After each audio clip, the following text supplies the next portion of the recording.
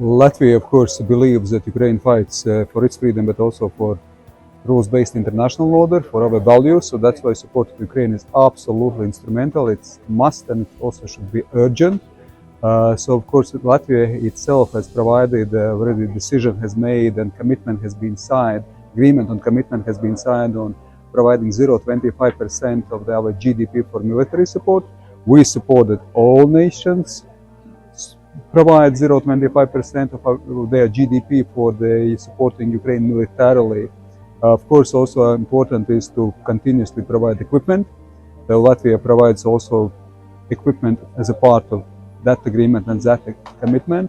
Latvia provides a lot of training. So last year we trained 4,000 Ukrainian soldiers, and we have this commitment. We have this pledge also to do it this year. Then, of course, Latvia co-leads the drone coalition, so we should use also the capability coalitions to expand, to deepen, to coordinate supporting Ukraine and delivering Ukraine with all necessary equipment. Last but not least, yes, we are absolutely supporting those financial contributions in different formats, as I previously said. So we have committed ourselves considerable number of funding as well. And we believe that it is a joint effort. It must be a joint effort because it's in our own mutual interest to support Ukraine as long as it takes, with all necessary means what Ukraine needs.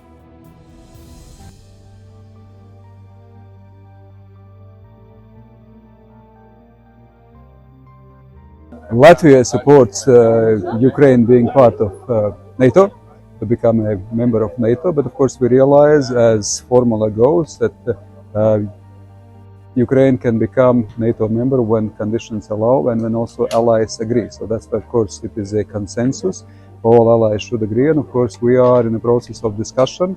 I absolutely am sure that sooner or later it will take place. So Ukraine will be the member of NATO, but it takes some time. So that's why, of course, we should at the same time make practical steps of support, practical steps of making Ukraine closer to NATO. So that's why we fully support all those initiatives, which again practically bring Ukraine closer to NATO.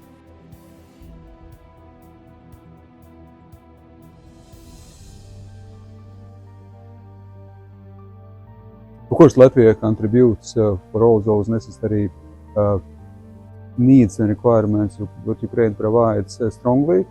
We are part of a Czech initiative for ammunition. Ammunition has been extremely important. Of course, as I previously mentioned, we are co-leading the drone coalition. As for the air defense systems, yes, in our disposal we have short-range air defense systems. We have provided short-range missiles from the very first day of the war with Stingers, and not only, so we have provided also some additional systems as well. But at the moment, of course, we can just support other countries in providing very necessary the medium range and long range air defense systems, because they are crucial for defending and protecting human life in Ukraine and also civilian and military infrastructure. So that's why we do everything what is at our disposal, what we can help.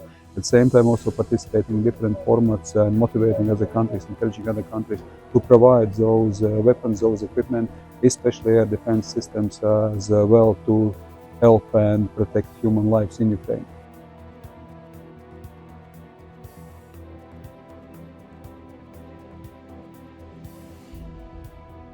Well, I think it's important that we have a consensus, that we have at the very end, it's collective decision.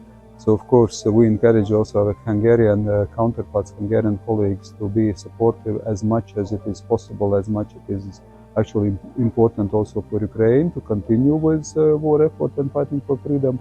So we have some challenges in the process, we should admit it, but we also see that we are able to come to common understanding that yes, every country, every nation, even though sometimes have some caveats, some also different approach, still at the very end we are able to arrive at a collective decision. This is at the very end the most important thing. Even though, of course, we would also encourage Hungarians to support directly Ukraine.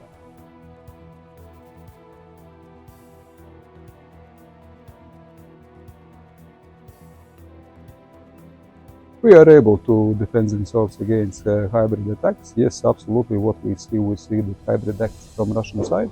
In Latvian case, cyber attacks, disinformation campaigns, the weaponization of illegal migration, some incidents against critical infrastructure. This is what we experience. So, but we also are able to deal with this both nationally and also internationally. Of course, it's just once more underlines and pinpoints to the importance of common activity, being also resilient, institutionally in terms of also societal resilience, but of course also consulting and making common decisions with our NATO partners. So that's why, yes, we are living next to aggressor country which invaded Ukraine, and exactly sort of implementing those hybrid attack activities also against other countries as well. So we should be ready. We know what we are dealing with, so we should be ready for different scenarios, and we are ready.